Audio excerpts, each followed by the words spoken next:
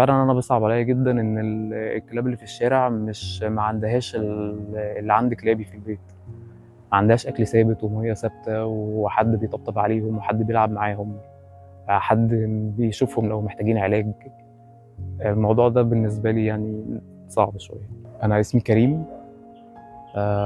إحنا هنا بقى لنا 10 سنين تقريبًا، أول مرّة أجيب كلب في حياتي من 9 سنين. ما كانش ليّا علاقة أوي بالكلاب في الشارع في الأول. لحد ما قابلت زتونة كلبتي التانية البلدي، قابلتها في الشارع كانت بتزحف في الأرض. وما عرفتش أسيبها في الشارع، خدتها على إني أعالجها في الأول، ووديتها لدكتور وجبتها البيت عندي شوية لغاية ما تتعافى، وبعدين ما عرفتش أسيبها بعد كده. في هنا مجموعة كلاب، إحنا ما لهمش أسامي يعني، هم بس يعني عارفيننا عشان إحنا بنخرّج لهم أكل ومَيّة طول الوقت. هم مصاحبيننا طول الوقت، أول ما البوابة دي تتفتح هُم بييجوا جري يشوفوا مين اللي خارج، سواء بقى مخرّجين لهم أكل أو مش مخرّجين لهم أكل. هُم عايزين يلعبوا، مش شرط يبقى جايين عشان أكل. الكلاب البلدي دي يعني أكتر كلاب لعبية وحنيّنة ومايصة في الدنيا. الموضوع ده أنا اكتشفته يعني للأسف اكتشفته مؤخرًا، يعني مش طول حياتي باتعامل مع كلاب وكده. أنا اكتشفت الموضوع ده في آخر مثلًا 5، 6 سنين. الأول كانت يعني ما كنتش بافكّر في الكلاب بصراحة، الكلاب اللي في الشارع دي ما كنتش بافكّر فيها. تاني كلب كان سولي. سولي ده كلب قاعد هنا بقى له ما أعرفش كام سَنة، بقى له كتير جدًا. كُنّا كل أمّا نخرج نتمشّى، كان ييجي يتمشّى معانا وييجي يروّحنا ويمشي. كل ما وبعدين بعد كده عرفت إن هو قاعد أصلًا عند ناس في البوابة بتاعتهم، وهُم بيأكلوه، بيشرّبوه، فاتحين لهم البوابة، بيدخل ينام جوّه ويطلع يقعد يحرس المنطقة. وكلب زي العسل. هو كبر طبعًا دلوقتي شوية، بقى عجوز شوية. مهما غِبت عنّه دايمًا ساعة ما يشوفني في حتّة، حتّى العربية، عارف العربية بتاعتي، يجري ورا العربية، ييجي لحد هنا يلعب معايا شوية قبل ما أدخل، وما بيستناش أكل أبدًا. يعني أنا دايمًا لمّا ييجي معايا أقول له استنى أخرّج لك أكل، يقوم ماشي، ييجي بس يوصّلني يطمن إن أنا وصلت، يسيبني ويمشي. حتّى لمّا باخرّج أكل ييجي يقعد، باخرّج أكل أحطّه هنا مثلًا في الميدان، واودّيه له عشان ياكل، يسيب ويلاقيني ماشي مروّح ييجي معايا هنا، لغاية ما يوصّلني البوابة وبعدين يرجع تاني. المجموعة اللي هنا دي اتغيّرت كتير أوي، يعني بيزيدوا ويقلّوا ويزيدوا ويقلّوا. بس هي الفكرة إن إحنا عندنا هنا جنب البيت ده عامل زي مستشفى ولادة.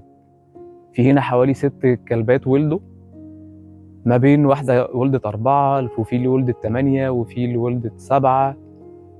وتمشي وتيجي، ما أعرفش، وما بيبقوش قاعدين هنا، ما بتبقاش الكلاب دي الكلبة دي ما بتبقاش عايشة هنا. إحنا فجأة بنلاقيها جات هنا واستقرت في المكان ده وولدت فيه. وطبعًا إحنا أول ما بنلاقيها هنا ووالدة خلاص هي بتبقى مسؤوليتنا. طول الوقت بنبقى حريصين إن يبقى في مَيّة وتتغيّر لها المَيّة في الحَر، وفي أكل بيخرج لهم كل يوم. طبعًا الوالدة دي بالذات بيخرج لها أكل مرتين، 3 في اليوم عشان تعرف ترضّع. حتى إحنا كنا جايبين حاجة كبيرة كده كنا بنحط فيها مَيّة، بس لمّا بدأ في كلاب صغيّرة تبقى بتتولد هنا، فجِبنا حاجات فخارات صغيّرة كده عشان يطولوا منها المَيّة. في كذا حد هنا بيأكّل، مش إحنا لوحدنا.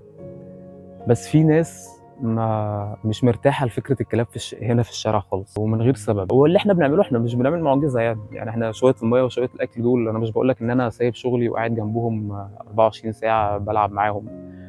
أنا بابقى يعني أنا بابقى ماشي في الشارع باشوف أي كلب بلدي في أي حتة في أي منطقة ما لوش دعوة بيّا خالص، بابقى عايز أنزل يعني أوقّف العربية وأنزل آخده معايا في العربية، أنزل ألعب معاه شوية. أنا عندي كلاب وبيصعب عليّا أوي إن الكلاب اللي في الشارع دي يعني ما هياش قاعدة في وسط في بيت في 4 حيطان، يعني طول الوقت قاعدة قلقانة وخايفة. خصوصًا بقى إن في ناس فعلًا يعني بتأذيهم ومن غير سبب برضه. تلاقي واحد ماشي كده راح جايب إزازة وراح كاسرها وراميها في المكان اللي هم قاعدين فيه، عشان لمّا يقوموا حد فيهم يمشي على يتعور. طب ليه؟ حد ماشي معدّي، كلب نايم سبحان الله في الشارع اللي هو ما لوش حدود ده، ونايم يعني ربنا ادّى له شوية طمأنينة ونايم مستريّح شوية. تلاقيه راح ماسك طوبه وراح حاتفه بيها. طبعا احنا او يعني في ناس كتير هنا في الشارع لما بتلاقي حد بيعمل كده بتعنفه، بتبعده عن الكلاب وبتخليه يعني ما يقربش منهم، ما يأذيهمش. يعني هي مخلوقات طيبه جدا، يعني ما اعرفش اقول عنها غير ان هي مخلوقات طيبه جدا. المشكله ان هي موجوده في الشارع، ووجودها في الشارع هو مخليها عرضه لحاجات كتير قوي. ممكن تخليها تخلي ساعات كلب عصبي، تخلي ساعات كلب قلقان متوتر. فده مش معناه ان انا يعني ان هو يعني يستاهل الاذيه، لكن هم طيبين جدا، اللي بيتعامل معاهم هم كويس، بيتعاملوا معاه كويس بالعكس، يعني عندهم وفاء وولاء يعني رهيب. اي حيوان ما يستاهلش ابدا ان هو يتاذي، هو كائن ربنا خلقه في الدنيا، من حقه انه يعيش، ومن حقه انه يتعامل كويس، من حقه انه ياكل ويشرب، وفي اسباب لرزقهم ده، هو حد زيي او الناس اللي جنبنا اللي بيطلعوا اكل او بيطلعوا ميه. في اللي بيقول اكلوا بني ادمين احسن، شوفوا الناس اللي مش لاقيه تاكل احسن. اللي بيعمل خير بيعمل خير في كل مكان، والكلاب زيها زي اي حد تاني يستحق الخير ده. مفيش سبب يخليك تاذيه خالص. الكلب اللي انت ممكن تبقى شايف منه ان هو عصبي او متوتر او كده، هو شاف اذيه طول حياته مخلياه يعني قلقان منك ومتوتر منك. هو مش مستني. ازيك يا حبيبي؟ ازيك يا حبيبي؟ ازيك؟ احنا بندور عليك بقالنا كتير قوي يا سولي. انت كنت فين؟ هو جري زي ما انا قلت لك، كان بيعمل حاجه وجاي.